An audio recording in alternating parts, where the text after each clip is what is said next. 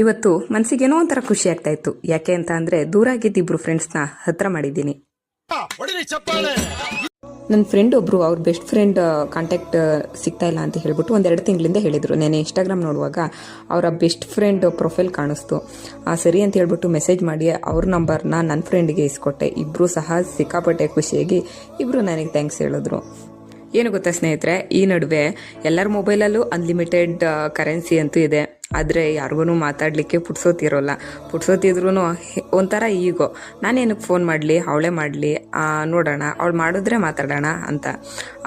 ನಂಬರ್ಗಳು save ಆಗಿರ್ತವೆ. ಯಾಕೆ ಅಂತ ಅಂದರೆ ನಾವು ಹಾಕುವಂಥ ಸ್ಟೇಟಸ್ನ ನೋಡಲಿ ಅಂತ. ಏನು ಗೊತ್ತಾ ಸ್ನೇಹಿತರೆ, ನಾವು ನಮ್ಮ ಖುಷಿಯನ್ನೇ ಎಲ್ಲರ ಜೊತೆ ಹಂಚ್ಕೊಳ್ತೀವಿ. ಆದರೆ ನಮ್ಮ ದುಃಖವನ್ನು ಯಾರಾದರೂ ಒಬ್ಬ ನಮ್ಮ ಬೆಸ್ಟ್ ಫ್ರೆಂಡ್ ಇರ್ತಾರಲ್ವ, ಅಂಥವ್ರ ಜೊತೆ ಮಾತ್ರ ನಾವು ಹಂಚ್ಕೊಳ್ಳೋದು. ಅಂತಹ ಬೆಸ್ಟ್ ಫ್ರೆಂಡ್ ದೂರ ಆದಾಗ ಆಗುವಂತಹ ನೋವಿದೆಯಲ್ಲ, ಸಿಕ್ಕಾಪಟ್ಟೆ ಬೇಜಾರು ಆಗುವಂಥ ವಿಚಾರ ಅದು. ಯಾಕಂತ ಅಂದರೆ ಒಬ್ಬ ನಮ್ಮನ್ನು ಸಿಕ್ಕಾಪಟ್ಟೆ ಇಷ್ಟಪಡುವಂಥ ವ್ಯಕ್ತಿನ ನಾವು ಕಳ್ಕೊಂಡಾಗ ಆಗುವಂಥ ನೋವೇನಿದೆ ಅದು ಅನುಭವಿಸ್ತವ್ರಿಗೆ ಮಾತ್ರ ಗೊತ್ತಿರುತ್ತಲ್ವ. ಅದಕ್ಕೆ ಹೇಳ್ತಾ ಇದ್ದೀನಿ, ನಿಮ್ಮ ಈಗೋನ ಸೈಡಿಗೆ ಇಟ್ಟು ಫೋನ್ ಮಾಡಿ ಹೇಗಿದ್ದೀರಾ ಅಂತ ವಿಚಾರಿಸಿ.